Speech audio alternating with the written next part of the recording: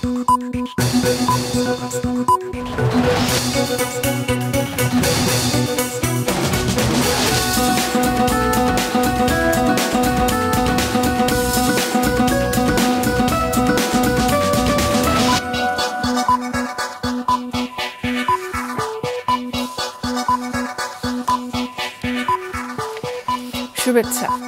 সবাইকে স্বাগত রাতের মাছরাঙা সংবাদে আপনাদের সঙ্গে আছি আমি সাবরিনা হাসনাত। শুরুতেই গার্ডিয়ান লাইফ ইন্স্যুরেন্স সংবাদ শিরোনাম। উপজেলা নির্বাচন নিয়ে ক্ষমতাসীন আওয়ামী লীগের কেন্দ্রীয় নির্দেশনা মানেননি অনেকেই। প্রথম দফা নির্বাচনের মন্ত্রী এমপিদের স্বজনদের বেশিরভাগই মাঠে রয়ে গেছেন। এরই মধ্যে বিনা প্রতিদ্বন্দ্বিতায় নির্বাচিত হওয়ার পথেও কেউ কেউ। এদিকে তাদের বিরুদ্ধে ফের হুঁশিয়ারি দিয়েছেন দলের সাধারণ সম্পাদক। দেশ জুড়ে চলা তাপপ্রবাহের কারণে আবারও বাড়ছে চলমান হিট অ্যালার্টের মেয়াদ। দেশ জুড়েই চলছে তাপদাহ, যার মধ্যে ১৩ জেলায় বইছে তীব্র তাপপ্রবাহ।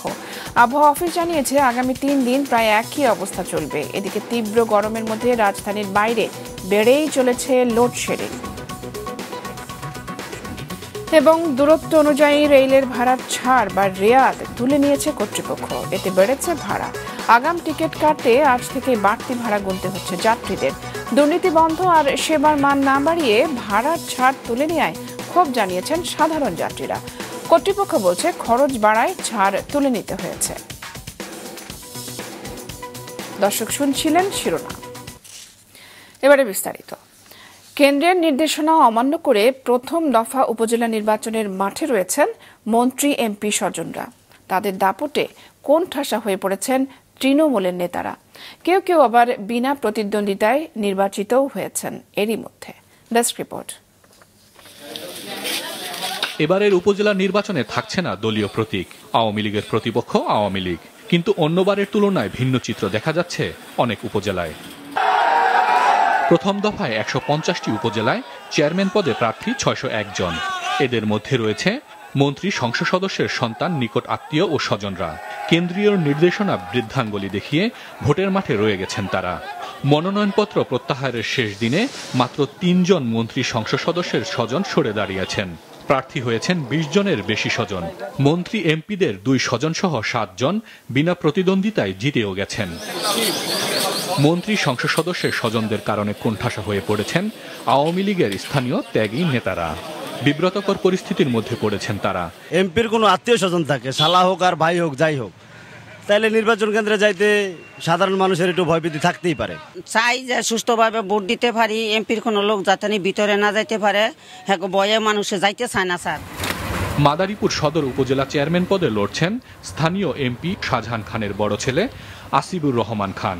তার প্রতিদ্বন্দ্বিতা করছেন শাহজাহান খানের চাচাতো ভাই পাবেলুর রহমান শফিক খান। তাকে সমর্থন দিচ্ছেন বাহাউদ্দিন নাসিম। ২ প্রার্থী কেন্দ্রীয় নেতার সমর্থন পাওয়ায় উত্তেজনা চরমে। জননেতা জনাব শাহজাহান খান সাহেব তার ছেলেকে এই আসন্ন উপজেলা নির্বাচনে প্রার্থী করেছে। আমি মনে করি এটি দলীয় শৃঙ্খলা ভঙ্গ। যদি এটা হয় যে সন্তান বা স্বজন, তাদের প্রত্যেককে প্রত্যাহার করতে হবে। মাদারীপুরে একজন আমার সন্তান, একজন আমার স্বজন, তাহলে 2 জনকে প্রত্যাহার করতে হয়। 2 জনকে প্রত্যাহার করতে হলে একটা শূন্যতার সৃষ্টি হবে। আমি ছোটবেলা থেকেই আওয়ামী লীগ করি, বঙ্গবন্ধু আদর্শ জীবিত। সেটা মাদারীপুরের জনগণ আমাকে আওয়ামী লীগের কান্ডারি হিসেবে আখ্যায়িত করেছে। অতএব এটি আমার বেলায় প্রযোজ্য হবে না। প্রার্থিতা প্রত্যাহার করেননি আওয়ামী লীগের যুগ্ম সাধারণ সম্পাদক ও সংসদ সদস্য মাহবুবুল আলম হানিফের চাচাতো ভাই আতাউর রহমান। তিনি বর্তমান কুষ্টিয়া সদর উপজেলা চেয়ারম্যান। নরসিংদী ২ আসনের সংসদ সদস্য ডাক্তার আনোয়ারুল আশরাফ খান দিলীপের স্ত্রীর বড় ভাই শরীফুল হক পলাশ উপজেলা থেকে নির্বাচন করছেন। প্রার্থিতা প্রত্যাহার করে নেয়ার কেন্দ্রীয় নির্দেশনা তিনিও মানেননি। তার প্রতিদ্বন্দ্বী প্রার্থী সৈয়দ জাবেদ হোসেন মনে করেন এমপির প্রভাব খাটিয়ে জয়ী হতে চান শরীফুল হক। এই পলাশে এমপি নিজেও আমাদের নেতাকর্মী এবং নিরীহ মানুষকে ডেকে হয়রানি করছে। আমার বায়োডাটা আমার মাননীয় প্রধানমন্ত্রীর কাছে যে বায়োডাটা আছে, মাননীয় প্রধানমন্ত্রী যদি দেখেন অবশ্যই আমাকে নির্বাচন থেকে সরে দাঁড়ানোর জন্য না, আমাকে উৎসাহিত করবেন জনকল্যাণের কাছে। নোয়াখালী সুবর্ণচর উপজেলার চেয়ারম্যান প্রার্থী হয়েছেন নোয়াখালী 4 আসনের সংসদ সদস্য ইকরামুল করিম চৌধুরীর ছেলে আতাহারুল ইশরাক শাবাব চৌধুরী।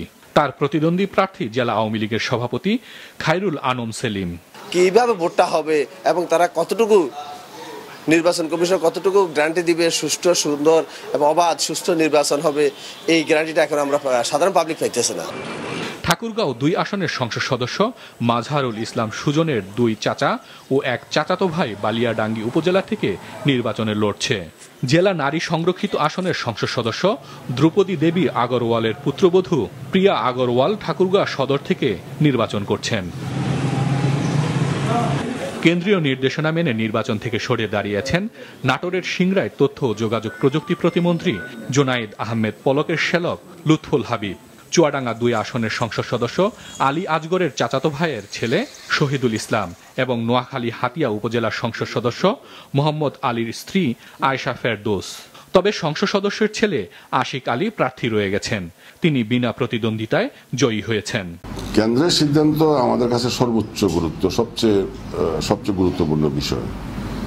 কিন্তু আশিক আলী যদি সে প্রত্যাহার করে তাহলে তো আর কেউ থাকে না, তাহলে তো আবার পুনঃতফসিলের বিষয় আসে, তো এই জন্য আর প্রত্যাহার করে নাই আর কি।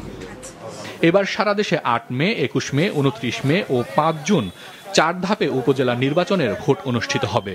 আওয়ামী লীগের সিদ্ধান্ত অমান্য করে দ্বিতীয় পর্বে চেয়ারম্যান প্রার্থী হয়েছেন আরও প্রায় 35 জন মন্ত্রী সংসদ সদস্যের স্বজন। হাসান মেহেদি, মাছরাঙা নিউজ ডেস্ক। দলীয় নির্দেশ অমান্য করে আসন্ন উপজেলা নির্বাচনে মন্ত্রী বা সংসদ সদস্যদের স্বজনরা শেষ পর্যন্ত প্রার্থী থাকলে তাদের বিরুদ্ধে দলীয় ব্যবস্থা নেওয়া হবে বলে আবারও জানিয়েছেন আওয়ামী লীগের সাধারণ সম্পাদক ওবায়দুল কাদের।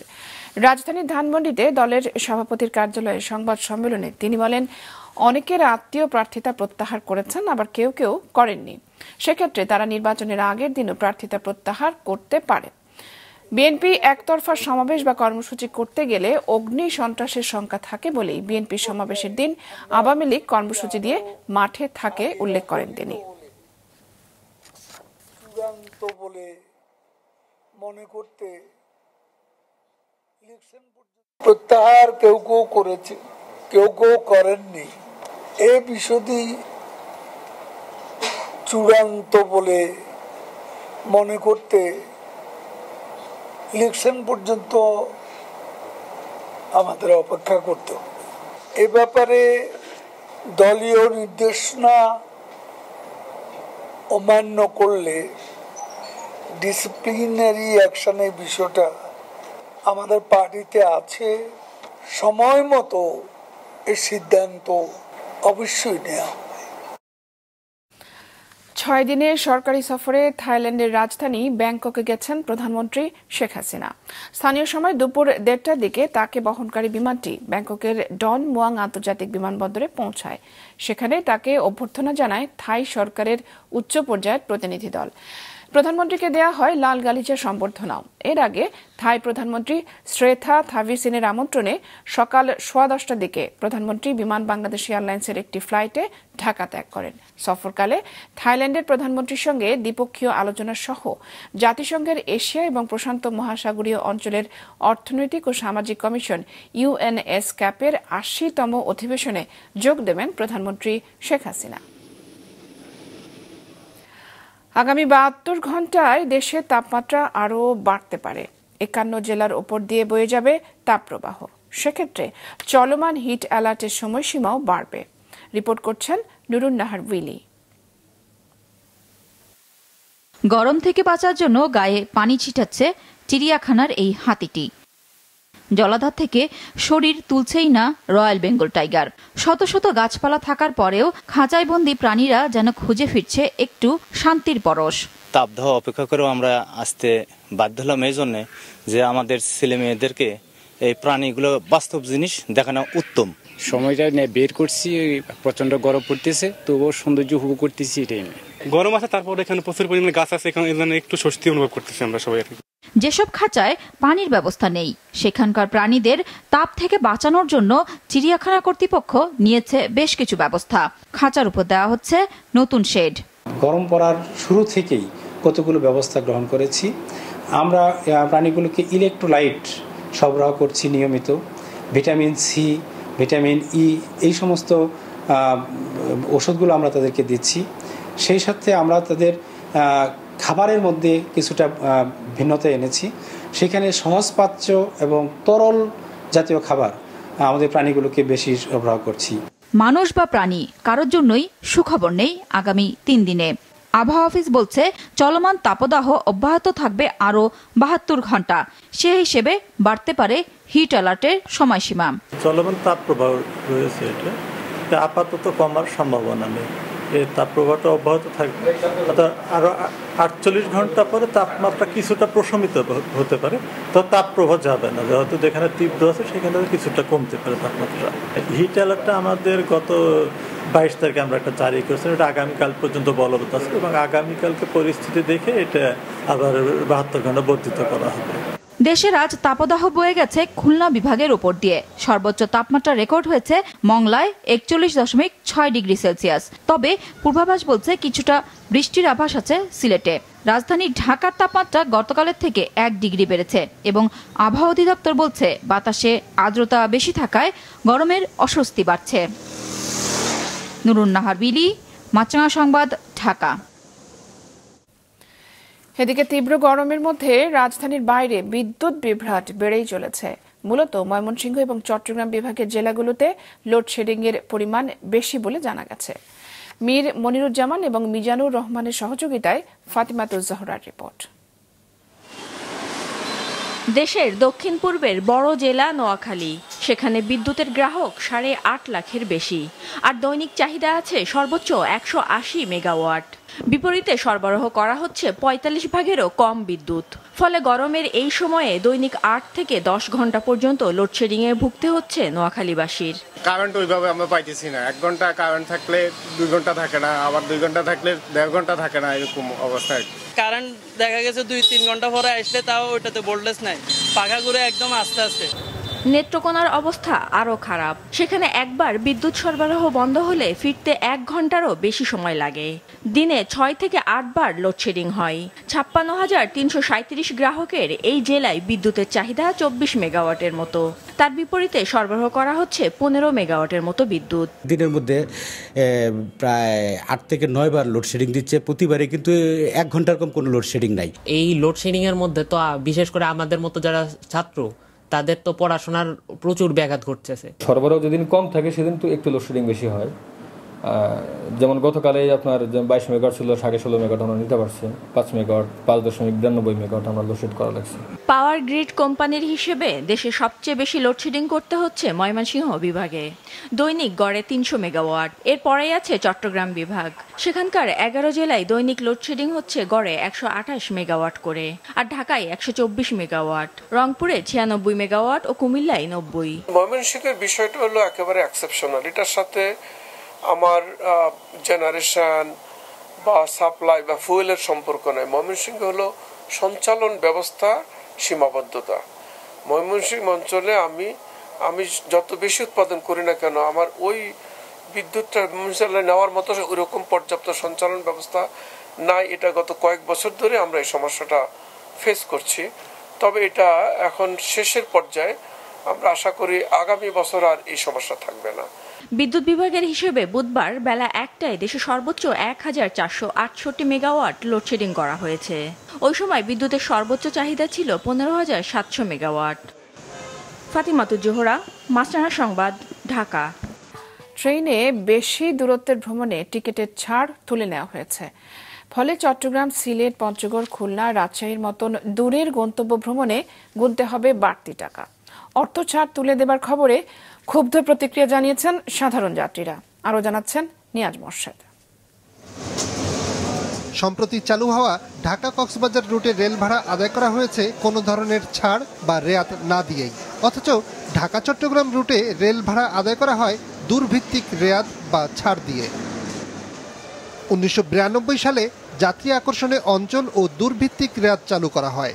2012 সালে অঞ্চল ভিত্তিক রেয়াত তুলে দিলেও এতদিন চালু ছিল দূরভিত্তিক রেয়াত, যা আগামী 4 মে থেকে তুলে নিচ্ছে বাংলাদেশ রেলওয়ে। বহুদিন ধরে আমরা এটা চিন্তা করলাম যে ভাড়া বৃদ্ধি করা যাচ্ছে না, ঠিক আছে, যদি আমরা এটা সমতা নিই তাহলে তো কিছু আর্থিক একটা অসমতা থাকে, এবং এটা বাসের সঙ্গে আমাদের ভাড়ার যে গ্যাপটা সেটিও আমরা বিবেচনা নিয়েছি, যে গ্যাপটা কতটুকু আছে এবং এই বৃদ্ধিটা কতটুকু হতে পারে, সব কিছু মিলিয়ে আমরা এটা সিদ্ধান্ত নিয়েছি।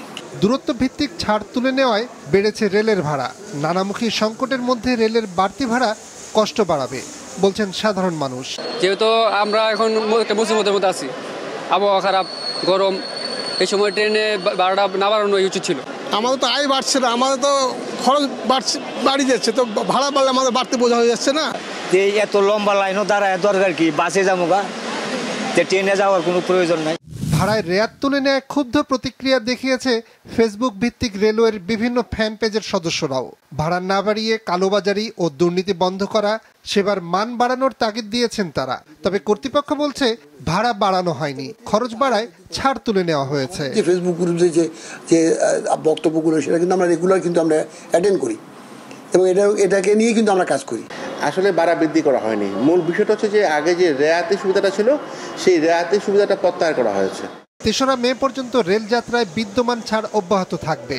আজ থেকে বাড়তি ভাড়ার অগ্রিম টিকিট বিক্রি শুরু হয়েছে।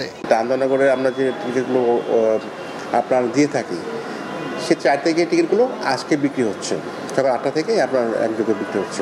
এখন শতভাগ টিকিট অনলাইনে দেওয়া থাকে, শতভাগ টিকিট কাউন্টার যে যেদিক থেকে পারে কাটতে পারবে। প্রথম 100 কিলোমিটার যাত্রায় ভাড়ায় কোনো ছাড় দেয় না রেলওয়ে। 101 থেকে 250 কিলোমিটারে 20%, 251 থেকে 400 পর্যন্ত 25% এবং 401 কিলোমিটারের বেশি যাত্রা করলে 30% ছাড় দিয়েছে এতদিন। নিয়াজ মোর্শেদ, মাছরাঙা সংবাদ, ঢাকা। চলতি বছরের হজ যাত্রীদের সৌদি যাত্রা শুরু হচ্ছে 9 মে থেকে।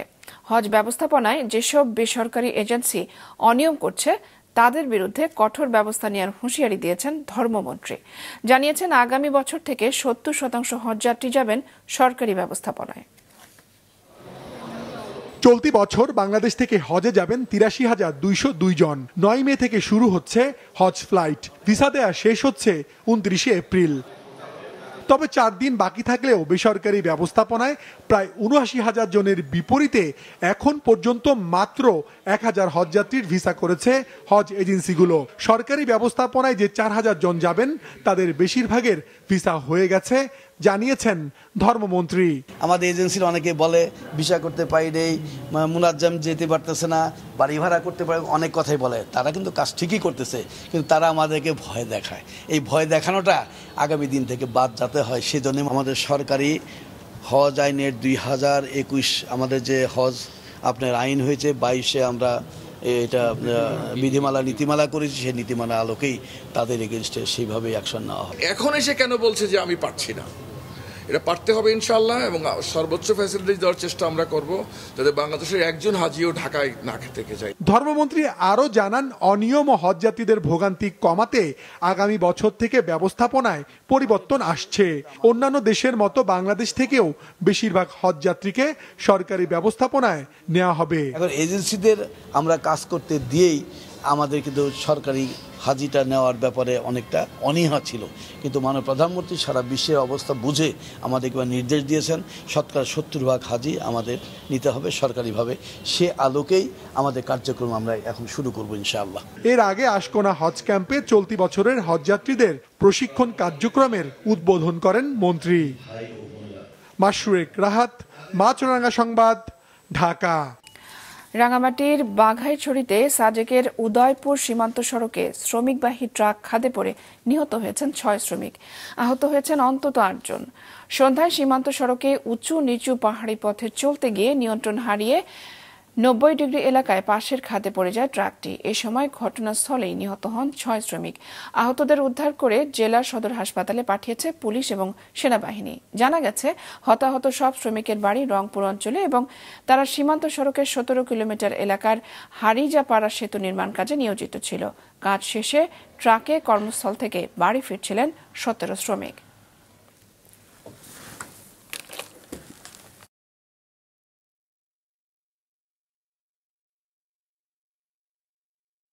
এবার আন্তর্জাতিক। গাজায় ইসরায়েলি হামলা অব্যাহত রয়েছে। সবশেষ একদিনে আরও অন্তত 24 প্যালেস্টাইনি নিহত হয়েছে। মোট প্রাণহানি 34,500-এর কাছাকাছি। খান ইউনিসে গণকবর থেকে প্রায় 300 জনের মরদেহ উদ্ধারের ঘটনায় উদ্বেগ জানিয়েছে জাতিসংঘ। বিষয়টি আতঙ্কিত হওয়ার মতো উল্লেখ করে স্বাধীন তদন্তের আহ্বান জানিয়েছেন সংস্থাটির মানবাধিকার বিষয়ক প্রধান ভলকার তুর্ক। এক ব্রিফিংয়ে এসব জানান সংস্থাটির মুখপাত্র রাভিনা শামদাসানি। ইসরায়েল সহ ইউক্রেন এবং তাইওয়ানকে সামরিক সহায়তা দিতে $9,500 কোটি প্যাকেজে অনুমোদন দিয়েছে মার্কিন সিনেট।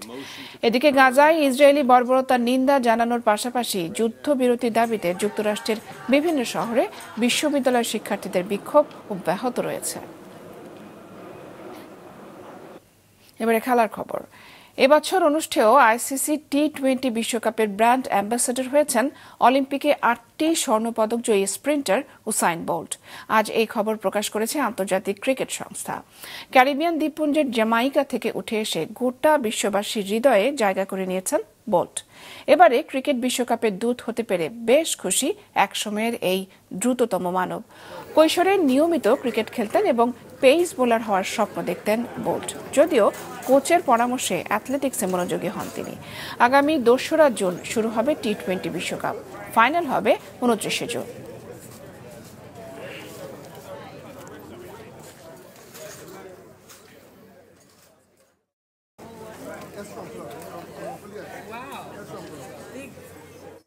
রাতের সংবাদ শেষ করছি, তার আগে গার্ডিয়ান লাইফ ইন্স্যুরেন্স সংবাদ শিরোনামগুলো জানিয়ে দিচ্ছি আরও একবার। দলের কেন্দ্রীয় নির্দেশনা না মেনে উপজেলা নির্বাচনে মন্ত্রী এমপির অনেক স্বজন, ফের শাস্তির হুঁশিয়ারি আওয়ামী লীগের সাধারণ সম্পাদকের। টানা দাবদাহে পুড়ছে গোটা দেশ, বাড়ছে চলমান হিট অ্যালার্টের মেয়াদ, তীব্র গরমের মধ্যে রাজধানীর বাইরে বাড়ছেই লোডশেডিং। এবং দূরত্ব ভিত্তিক ছাড় তুলে নেওয়ায় বেড়েছে রেলের ভাড়া, যাত্রীদের ক্ষোভ, খরচ বাড়ায় তুলে নিতে হয়েছে ছাড়, বলছে কর্তৃপক্ষ। এই ছিল এখনকার মতো। ফেসবুকে আপডেট পেতে ভিজিট করুন মাছরাঙা টেলিভিশনের পেজে। ইউটিউব চ্যানেলেও দেখতে পারেন আমাদের সংবাদ, প্রতিবেদন এবং অনুষ্ঠান। দর্শক, রাস্তায় ধুলো এবং ধোঁয়া ফুসফুসের ক্ষতির কারণ হতে পারে, তাই জীবাণু এবং ফুসফুসের সংক্রমণ থেকে সুরক্ষিত থাকতে ব্যবহার করুন ফেস মাস্ক। এতক্ষণ সঙ্গে থাকার জন্য ধন্যবাদ।